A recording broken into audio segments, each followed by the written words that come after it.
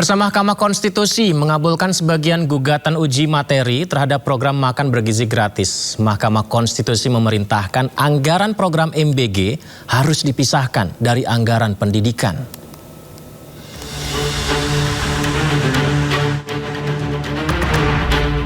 Kamis siang, Mahkamah Konstitusi memutuskan mengabulkan sebagian gugatan uji materi program makan bergizi gratis yang diajukan Yayasan Taman Belajar Nusantara bersama 6 pemohon lainnya.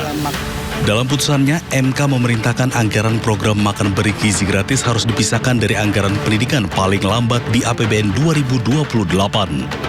Mahkamah Konstitusi tegaskan makan bergizi gratis bukan bagian dari komponen utama biaya operasional penyelenggaraan pendidikan. Hanya berlaku untuk anggaran pendapatan dan belanja negara tahun anggaran 2026, sehingga untuk anggaran pendapatan dan belanja negara tahun-tahun berikutnya, anggaran program makan bergizi yang bukan merupakan komponen utama pendidikan dipisah atau tidak menjadi bagian dari anggaran operasional penyelenggaraan pendidikan, dan pemisahan dimaksud berlaku paling lambat dalam anggaran pendapatan dan belanja negara tahun anggaran 2028. Pemerintah mengalokasikan anggaran pendidikan 769,1 triliun rupiah atau sekitar 20% APBN di 2025.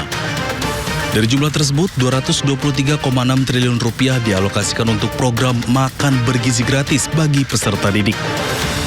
MK menilai anggaran pendidikan 20% dari APBN seharusnya diprioritaskan untuk komponen utama pendidikan yang berkaitan langsung dengan penyelenggaraan pendidikan. Dari Jakarta, Tim Liputan iNews melaporkan. Ya pemirsa, saya mengenakan jaket hijau ojek online ini. Jadi jaket hijau ojek online ini sebagai saksi ada orang tua yang kerja keras, bahkan ada ayah tunggal yang hanya tinggal berdua dengan bayinya 1,5 tahun di kosan. Ketika dapat orderan, dia terpaksa harus pergi meninggalkan bayinya sendiri, mengunci bayinya di kamar, dan memasang CCTV. Lalu bantal ini sebagai saksi, bayi tersebut sambil membawa dotnya di mulutnya, menarik bantal oleh bayi itu ke depan pintu kamar kos, setia menunggu, berharap ayahnya segera pulang.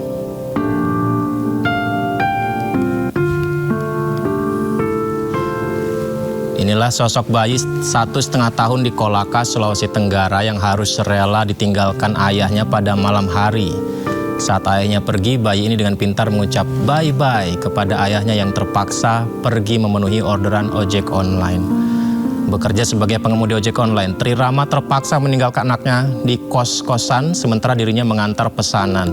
Demi memastikan keselamatan anaknya, Tri memasang kamera CCTV kecil yang bisa dipantau dari handphonenya. Dan kalau kita lihat pemirsa di bawah sebelah kiri itu ya, bayi tersebut di tengah kesendiriannya dengan dot di mulut meletakkan bantal di depan pintu kamar kos.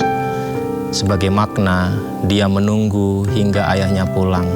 Meskipun seringkali berjam-jam kemudian sang ayah belum juga pulang dan bayi itu pun tertidur di kasurnya. Pemirsa, kisah Tri Rama ini mengajarkan kita bahwa masih banyak warga Indonesia yang berada di titik terendah bersama buah hatinya, namun menyerah bukan pilihan.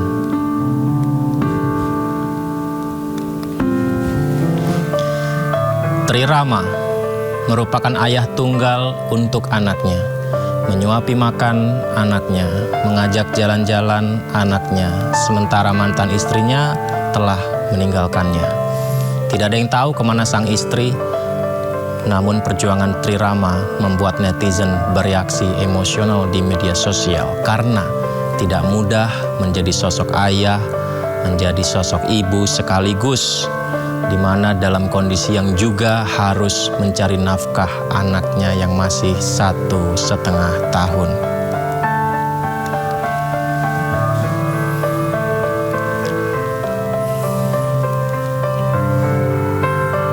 Ya, sebagai bentuk solidaritas kami ya mengenakan jaket ojek online ini.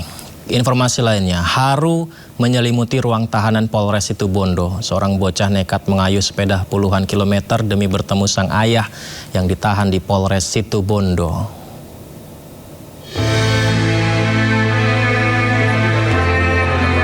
BG, bocah berusia 10 tahun ini mengayuh sepeda hingga puluhan kilometer demi memiliki satu tujuan, yakni bertemu dan memeluk sang ayah yang berada di balik jeruji besi.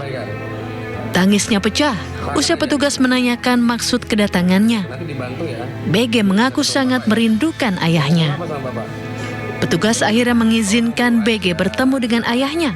Petugas juga memberikan semangat untuk terus mendoakan sang ayah agar persoalan hukum yang dihadapi segera selesai. Momen yang paling mengharukan terjadi saat pintu ruang tahanan dibuka. Dari balik jeruji besi, sang ayah telah menunggu.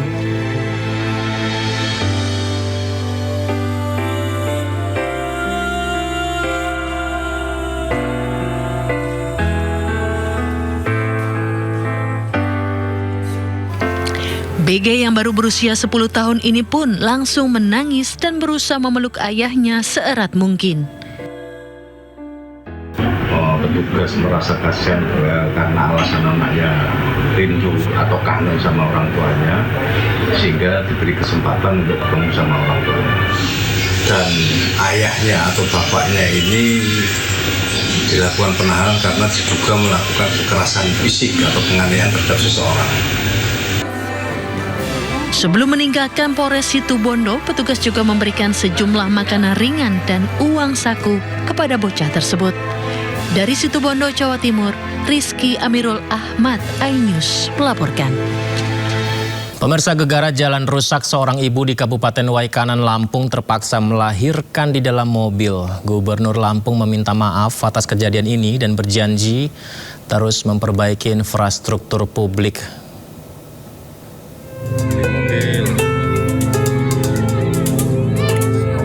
Video amatir yang memperlihatkan proses persalinan seorang ibu-ibu di dalam sebuah minibus beredar viral. Peristiwa ini terjadi hari Minggu kemarin di Kampung Tiuh Balak 2, Kecamatan Gunung Labuhan, Kabupaten Waikanan, Lampung. Persalinan terpaksa dilakukan di tengah jalan, lantaran jalan menuju puskesmas berbatu dan tak layak dilewati. Setelah dibantu bidan dan sejumlah ibu-ibu, proses persalinan pun berhasil dan ibu beserta bayinya selamat. Pasca peristiwa tersebut, Gubernur Lampung Rahmat Mirzani meminta maaf. Ia menegaskan pihaknya terus mendorong perbaikan infrastruktur agar akses pelayanan publik berjalan baik.